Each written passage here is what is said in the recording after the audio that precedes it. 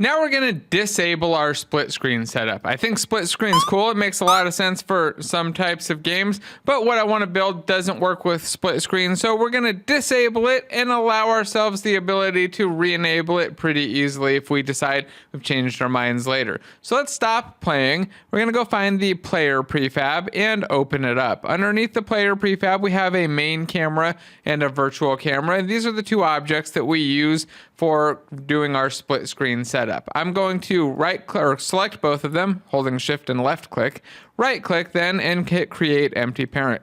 I'll name this object by hitting F2, split screen camera, and then go back out of, or no, not gonna go back out. First I'll uncheck it to disable it so that my split screen camera is off, and then I'll go back out of prefab edit mode and save. Now my camera view is going to be completely black. My game view shows nothing, and the reason for that is I no longer have a camera in my scene. So we're going to create a new camera. We're going to create a new Cinemachine camera, and we want to go with a target group camera.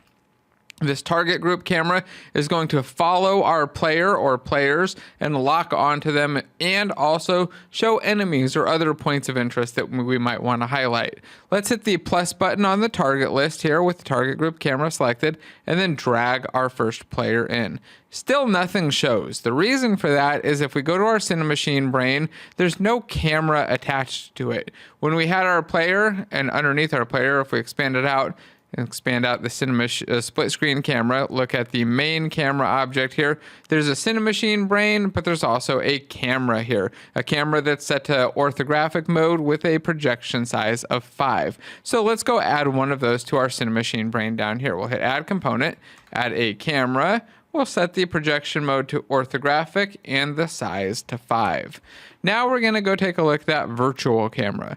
In the virtual camera, we've got two parts for our tracking, and we've got the body and the aim. The body is going to move the camera around to keep things in line, and the aim is going to tilt the camera. We don't want any tilting happening, so we're going to change aim to do nothing. We're in a 2D game. We don't want to be tilting around or anything. And we're going to change the body to be framing transposer, which is the transposer that you want to use for a 2D orthographic game. It's going to keep the objects in view by moving the camera in and out physically. It's going to just move it away, back and forth. Now, if we look down in the corner, you'll see that we've got a minimum ortho size, and this is the furthest away, or the closest that it can get. Remember, 1 is really, really close. That's what you're seeing here. And if we put it up to about a 5, it's going to be right at what our camera was at before. So now we've got a tracked camera that should follow this character around. Let's press play, and we're going to see that so far, we don't really have anything new. We should just have our camera working for player 1 and probably completely broken for player 2. So there we go. I can run around on player 1. Seems to track fine. I can run, jump. Everything's going okay. And if I join in on player 2, well, player 2 is no longer visible. They can just run off screen. So let's add player 2 to the target group. I'll select my target group, hit the plus button, and go find our second player. Where are you, player 2? There you are. I'll drag player 2 in there, and now I've got 2 players being tracked. Let's run around, and you can see that both of my players are tracked, and right now we've got absolutely no limits on our distance. I think we've got the max size to 5,000 or something, so we can get pretty far away. Obviously, I think this is a little too far. I'll add some restraints later, or constraints later, but for now, I like that it's able to track and follow my players. But I don't like that I have to drag these in, because that's just not a realistic option. I can't go dragging players into a target group every time. So what we're gonna do is have our player automatically add themselves to the target group, and then we'll figure out a more advanced target group filtering system later when we have some other things to add into there. Let's start with the player though. We'll go into our player script. And when we enable our player, let's just find the target group if there is one and add ourselves to it. So we're going to go right below our awake method and add an on enable. In our on enable, we'll just search and find the object of type that is the Cinemachine target group. Did that find it? Did I type it right? Let's see.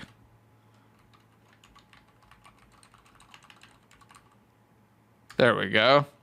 Now, if you don't get it auto-completing, make sure that you add the using Cinemachine statement up here. That automatically added when I typed it out and hit enter. That's why it went from black to blue. If it doesn't happen and you don't see that, if it looks like this, then just go up here and add that statement using Cinemachine manually if you can't get it to add automatically.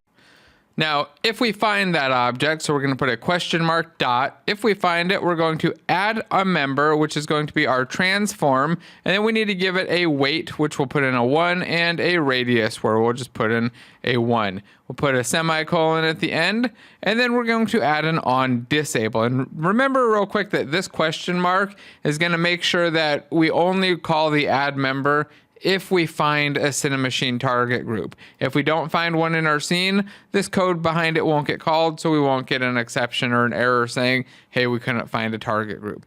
All right, let's go add an on disable. Before we do that, though, I'm going to delete my private keyword, go to the end of line 56, so just go down and hit the end key, hit Alt Enter, and hit Use Expression Body Methods. Just shorten this up and make it into a one-liner. Then I'll duplicate it with Control or Command D and change the enable to disable, and then we'll, instead of adding a member, remove a member. We don't need the 2 parameters after the transform, so we'll just put in the transform and remove those 2 after the first comma.